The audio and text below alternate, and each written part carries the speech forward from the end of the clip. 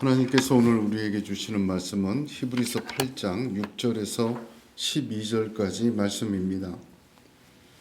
히브리서 8장 6절에서 12절까지 두 주에 걸쳐서 말씀을 나누겠습니다.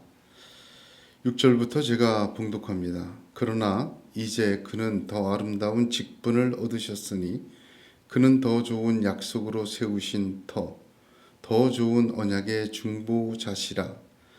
저 첫 언약이 무흠하였더라면 둘째 것을 요구할 일이 없으려니와 그들의 잘못을 지적하여 말씀하시되 주께서 이르시되 볼지어다 날이 이르리니 내가 이스라엘 집과 유다 집과 더불어 새 언약을 맺으리라. 또 주께서 이르시기를 이 언약은 내가 그들의 열조의 손을 잡고 애굽 땅에서 인도하여 내던 날에 그들과 맺은 언약과 같지 아니하도다.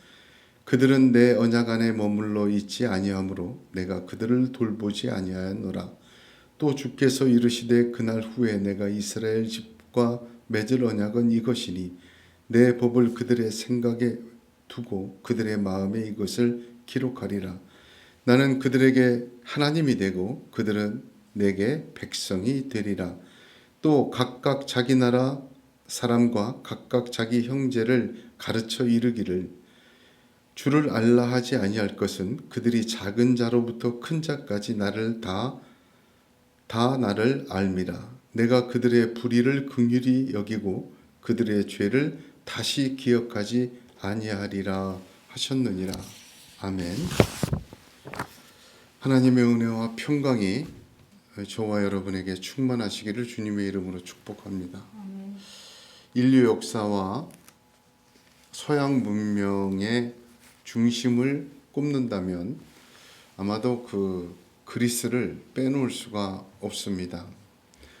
지금도 그리스에 가면 찬란한 고대 문명을 볼 수 있습니다. 특별히 그리스의 수도 아테네에 가면 아크로폴리스라는 그 유명한 관광지 유적이 있지 않습니까? 온 시내가 다 올려다볼 수 있는 언덕 위에 세워진 도시입니다. 아크로는 높다라는 뜻이고 언덕이라는 뜻이죠. 폴리스는 도시라는 뜻입니다. 그곳에 가보면 그 높은 그 중심에 서 있는 언덕 위에 찬란한 고대 문명의 건축물들이 많습니다. 그 모두가 신전이죠. 그 신전이 세워지고 그 아래로 로마의 원형 경기장도 있고 또 로마의 극장도 있고 그 아래는 상점들도 있고 아고라라고 하죠. 그 상점 앞에 대로 속에서 마음껏 시민들이 토론하고 정치와 철학과 경제를 얘기하는 그 신전을 중심으로 그 아래 이렇게 퍼져나가면서 도시들이 형성되는 유적을 볼 수가 있습니다. 기원전에 세워졌지만 너무나도 정교하고 아름답고 수천 년 동안 그렇게 세워져서 지금도 수많은 관광객들이 찾고 있습니다.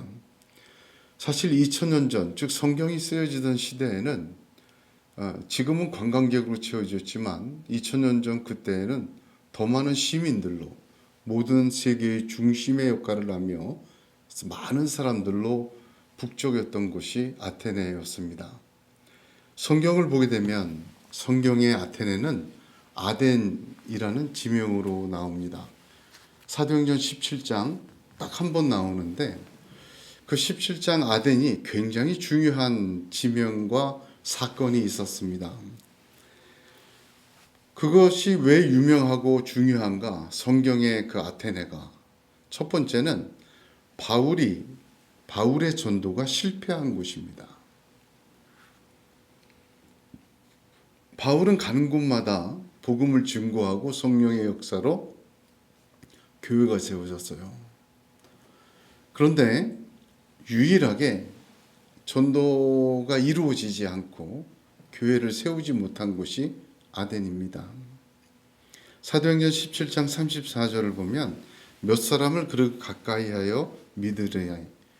몇 사람만이 바울 자신을 신뢰하면서 믿었다. 그렇게 기록이 되어 있습니다. 두 번째로 이 성경에서 아덴이 유명한 것은 그 실패한 설교가 사도행전 17장에 그 전문이 그대로 기록이 되어 있다는 사실입니다. 사실 아덴은 바울이 잠시 머물렀다가 지나가는 곳이었습니다. 잠시 머물려고 들렸지만 온 성에 우상이 가득하고 신전이 가득한 것을 보고 분노를 하게 됩니다. 거룩한 분노죠.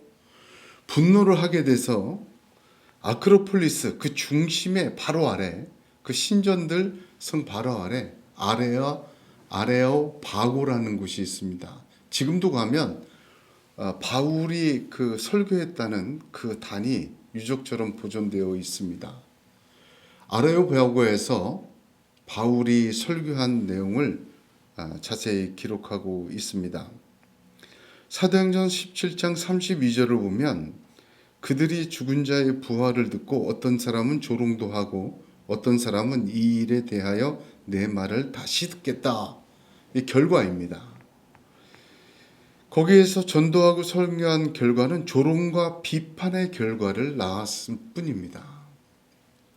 그런데 이 실패한 설교를 성경은 가감없이 기록하고 있습니다. 누구도 믿지 않은 설교, 성령님은 왜 그것을 성경에 아주 제한된 성경에 집어넣으셨을까? 반면 교사라고 합니다만 성령님이 이 실패한 설교를 집어넣은 이유는 큰 경고가 있습니다. 누구나 어느 시대나 쉽게 빠져들 수 있는 함정이요. 또 보편적으로 빠져들고 있는 함정이기 때문에 그 실패한 설교를 사도행전 17장에 그대로 넣어놓고 있는 것입니다. 그런데 가만 보니까 그 설교를 꼼꼼히 뜯어보면 그 설교가 굉장히 철학적이고 논리적이에요. 근데 그 설교 중에서 눈에 확 들어오는 부분이 있습니다. 아, 이게 핵심이구나. 사도행전 17장 28절을 보면 너희 시인 중 어떤 사람들의 말과 같이 이렇게 시작합니다.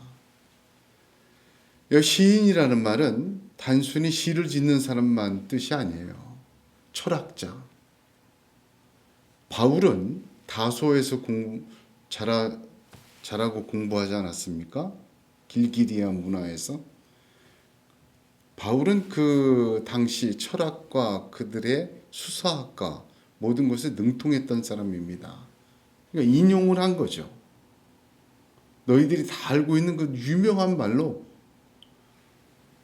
너희 시인 중 어떤 사람들의 말과 같이 하면서 이렇게 이어갔어요. 이게 중요합니다.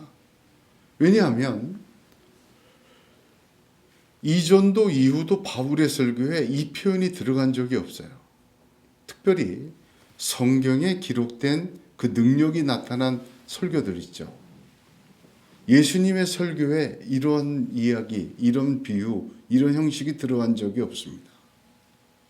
베드로의 설교 보세요. 한 번에 5,000명 또 3,000명 회개할 때 그 설교를 보세요. 어떤 시인이 말하되 그렇게 얘기한 적이 없어요.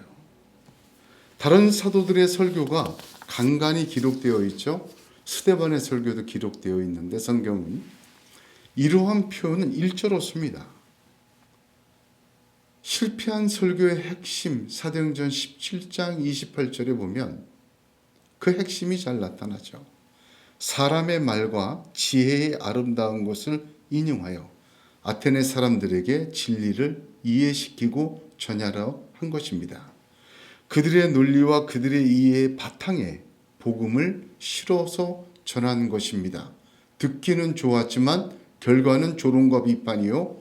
그 더 심각한 결과는 처절한 실패, 교회가 세워지지 않고 단지 몇 사람만이 바울 자신을 보고 믿었다라는 결과를 낳았습니다. 세 번째, 이 아드니 성경에 기록된 중요한 의미는 사도 바울의 변화입니다. 사도 바울은 성경에 나타난 그의 인생을 보면 크게 두 번의 변화를 겪습니다. 첫 번째 큰 변화는 박해자에서 전도자로 바뀌는 거죠. 바로 다메섹 도상에서 박해하러 간 다메섹에서 부활하신 예수님을 만나고 한순간에 전도자로 바뀌어요. 이게 큰 변화였습니다. 그 이전에 사울은 이후에 바울이 되지 않았습니까?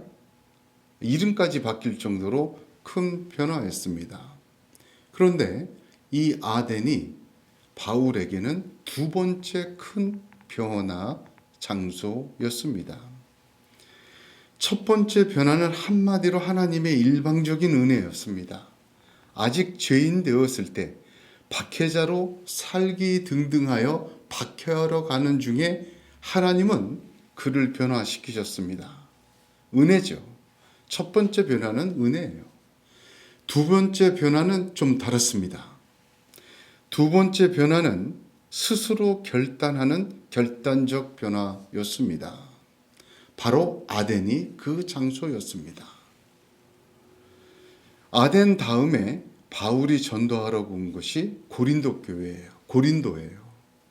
고린도는요, 가보시면 알지만 지금의 유적을 봐도 아텐에 못지않은 발달하고 흥황하던 도시였습니다.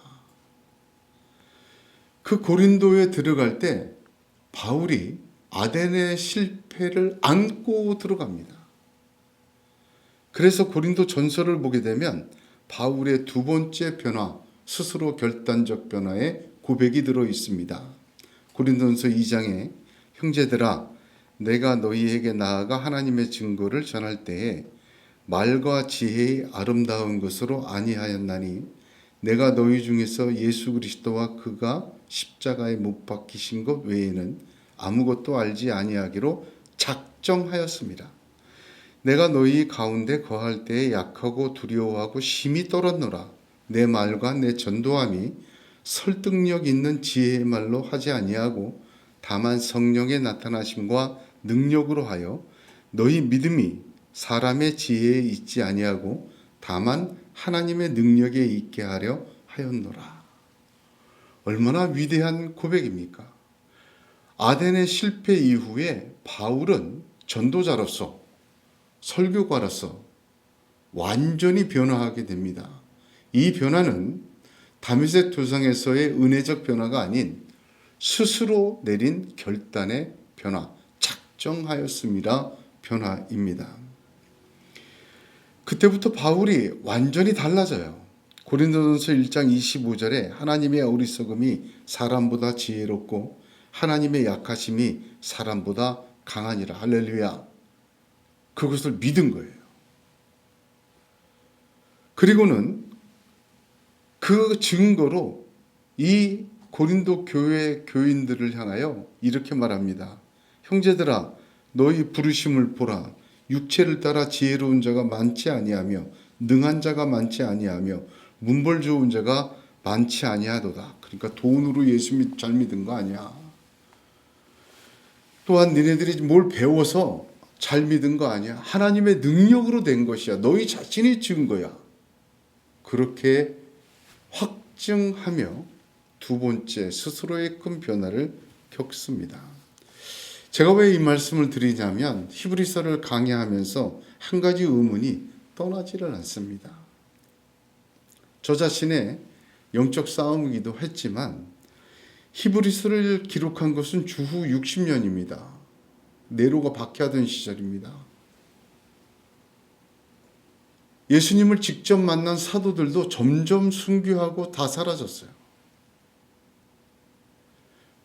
한꺼번에 폭발적으로 부흥한 교회들이 한 세대가 지나면서 거짓 교사들과 거짓 선지자들로 넘쳐나게 됩니다. 예수 믿는다는 것이 굉장히 힘든 시절이었어요.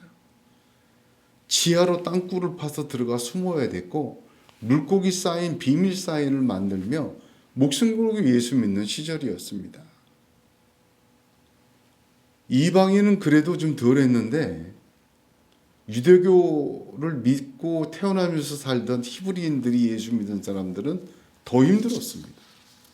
동족에게도 버림받고 로마인에게도 박해를 받고, 그들은 믿음 하나 때문에 비밀리에 모이면서 하나님 말씀 듣기 위해서 거짓 선지자들의 유혹과 또한 잘못된 가르침에 혼란스러워했습니다. 그러한 성도들에게 바울은 히브리서를 주었어요. 성령님은 바울을 통해 히브리서를 듣게 하셨어요. 근데 이 히브리서 왜 이렇게 어렵습니까? 오늘 주신 본문의 말씀의 내용은 두 언약에 관한 것이에요. 두 언약이 뭡니까? 구약과 신약이에요. 성경 전체를 꿰뚫지 못하면 이 말 못하고 못 듣습니다. 저도 그 두 개를 비교하며 설명을 하고 말씀을 증거하려고 했어요. 한마디로 시내산에서 맺은 언약과 골고다에서 맺은 새 언약을 비교하는 것이 오늘 본문입니다. 그런데 그 내용을 알기 이전에 지금 당장 조롱과 비난과 고통과 박해와 불이익과 고난을 당하며 혼란스러운 그 성도들에게 성령님이 주신 말씀은 위로와 격려와 능력이 아니라 태평할 시대에도 이루어지기 어려운 성경 공부도 이렇게 어려운 성경 공부를 소위 성경 이야기나 하고 있는 걸까라는 질문이 듭니다. 당장 마음을 위로하고 격려하고 실제적인 능력의 길로 인도하며 어떤 희망을 가질 수 있도록 실마리를 열어주는 그러한 말씀이 아닙니다. 어떻게 보면 현실이 그런데 더 성경 속으로 들어간 것을 보여줍니다. 어쩌면 마음이라도 시원하게 해주고 어쩌면 그들을 좀 다독여 주는 말씀이 필요할 것 같은데 어려워도 이렇게 어려운 성경의 깊은 것을 가루를 쳐가며 설명하고 또한 전하고 있습니다. 저도 이 말씀을 깊이 매주마다 히브리서 말씀 굉장히 어려워요. 너무 삶과 괴리된 이러한 교리적 설교가 그들에게 필요한 것이었을까? 그들이 원하는 것은 조금이라도 위로를 받고 조금이라도 희망의 빛을 보고 조금이라도 격려되고 조금이라도 힘을 얻는 말씀이어야만 하는데 하나님이 그들에게 주시기 원하는 말씀은 더 깊은 진리의 말씀입니다. 어쩌면 이 말씀을 받은 히브리 교인들은 몰라도 너무 모르신다 우리 형편을. 따로 존재하는 이 이중적인 그리스도인처럼 한 귀등으로 듣고 한 귀등으로 흘릴 수밖에 없는, 도대체 지금 말씀이 내 삶과 지금 무슨 연관이 되는가 고민할 수밖에 없습니다.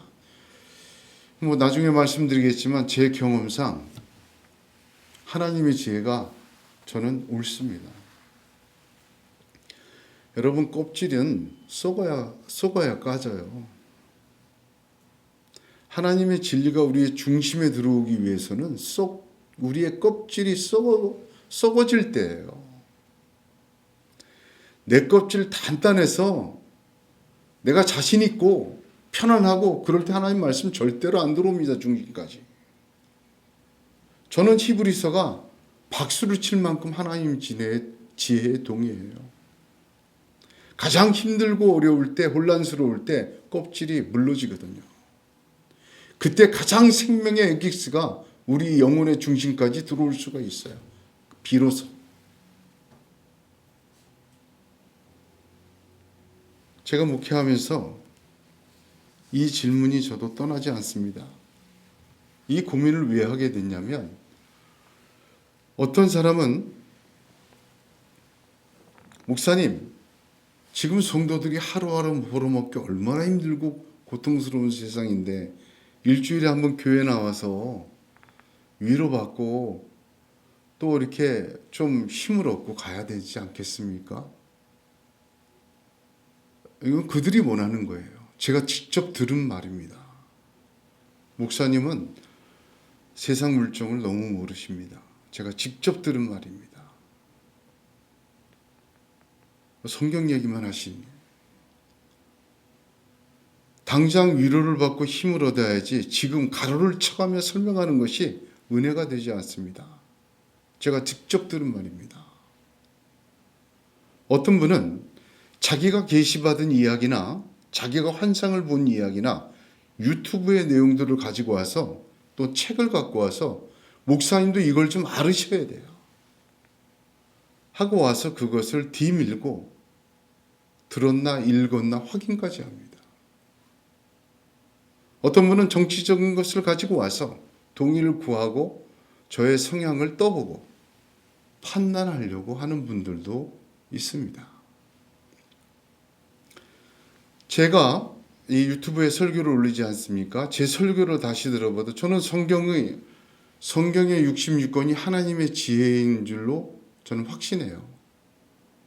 창세기부터 요한계시록까지 순서도 하나님의 지혜입니다.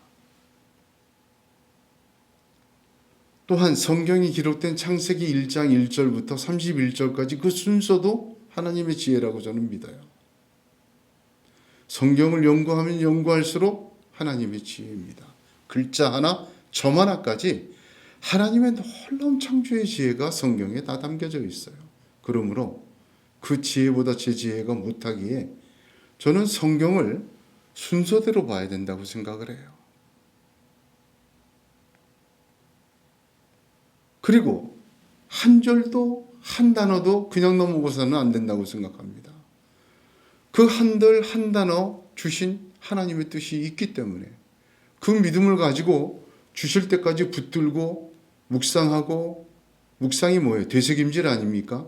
엎드리고 하면 간절히 성령이 열어 보여주세요. 그럴 때마다 놀라운 것을 깨닫게 됩니다. 그러면 그럴수록 더 있는 그대로 전하는 자신이 가림막이 되지 않도록 투과시켜야 됩니다. 그래서 거룩한 삶이 필요하고 하나님 앞에 엎드리는 시간이 무엇보다도 중요해요. 투과시켜야 되기 때문에. 그런데 제가 히브리서 강해를 하고 다른 강해도 하지만 유튜브에 올리지만 제가 다시 들어도 저는 좋습니다. 근데 다른 듣는 목사님들은 어렵다 그래요. 너무 어렵다. 너무 어렵다. 여러분, 제가 어려운 게 아니에요. 성경이 어려운 것입니다. 성경 66권이 쉽습니까? 안 쉬워요. 하나님의 감동으로 되어진 게 내 손아귀에 다 들어올 것 같습니까? 천만에요. 바가지만한 머리로 태평양 물을 몇 바가지냐 떠는 것과 같습니다. 그대로 전해야 되기에 쉽지 않습니다. 가감하지 않고 왜곡하지 않고 무거운 것을 가볍게 만들려는 시도를 벌여야 됩니다. 제가 일본 여행을 가보니까 일본 사람들 두 가지 못하게 하면 어쩌면 못 견딜 것 같아요. 첫 번째는 손대는 거예요.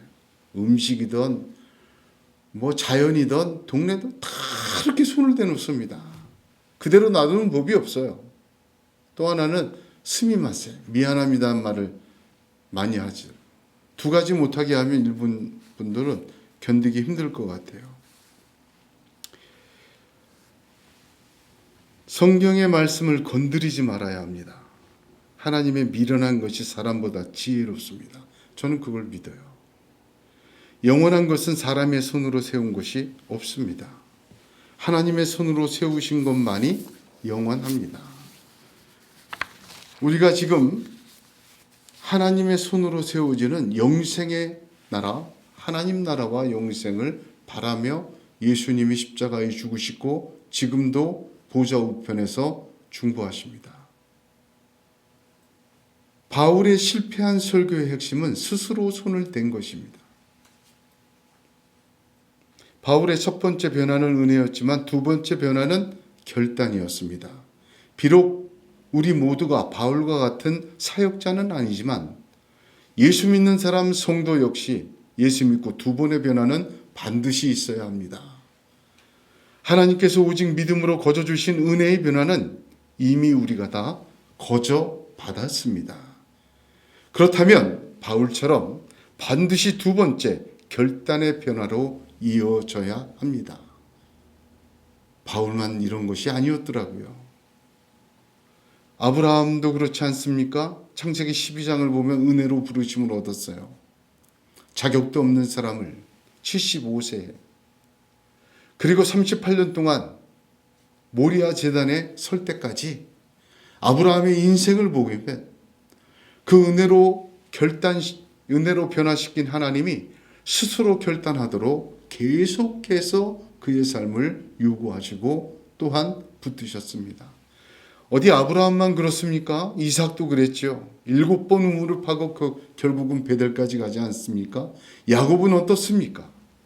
라반의 집에서 거부를 되어갖고 돌아오더라도 야복강을 건너야 했으며 가나안 땅에 돌아와서도 세겜의 시험을 거쳐야 했어. 창세기 35장을 보면 비로소 우상을 다 버리는 스스로의 결단을 하게 됩니다. 그리고 이스라엘이 되는 것입니다. 요셉은 어떻습니까? 요셉도 마찬가지 아닙니까? 자기를 팔아넘긴 그 사람들, 형제들을 하나님께서 나를 이곳에 먼저 보내셨다는 스스로의 결단을 하고 그들의 생명의 부양자가 되는 것입니다. 다윗은 어떻습니까? 그러고 보니까 성경의 모든 하나님의 사람은 은혜의 결단을 주시고 반드시 결단적 변화를 요구하시는 것을 보게 됩니다. 바울 역시 그래야 했지만 저와 여러분도 그래야 합니다. 이 두 번째 결단적 변화는 우리의 믿음이 사람의 지혜와 말에 있지 아니하고 하나님의 능력에 있게 해달라는 결단입니다. 오직 십자가에 못 박힌 예수 그리스도, 오직 성경을 성경으로 말하고 듣는 고백. 두 번째 결단의 중요한 내용임을 이 말씀을 통해서 저와 여러분이 듣습니다. 어렵고 힘들수록, 혼란스러울수록, 무언가 당장 필요할수록 여러분 더더욱 성경이 말씀하시도록 해야 합니다.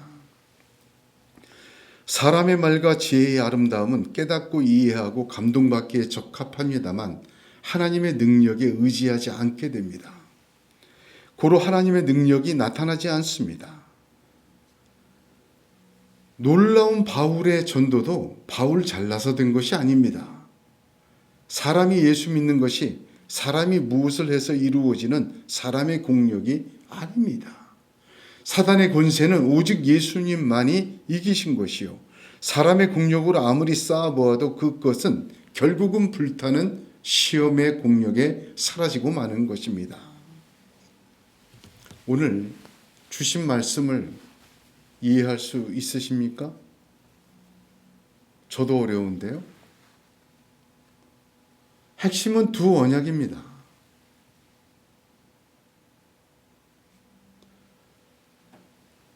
첫 언약은 구약이요. 두 번째 언약은 신약입니다.